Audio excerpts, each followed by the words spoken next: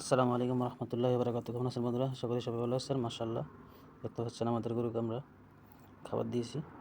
এটা দুপুরের খাবার ছিল, এটা আমরা ভিডিওটা গতকালকের আজকে দিচ্ছি। আমরা গতকালকে এটা ছোট্ট করে রিলসের মধ্যে দিয়েছি। এটা হচ্ছে গরুকে কীভাবে খাবার দাবার দেওয়া হয়, মিক্সার বসিয়ে এটা আমরা নিজেরা তৈরি করছি। 7টা আইটেম দিয়ে কিছু মেডিসিন, পাশাপাশি আমরা এখানে দিয়েছি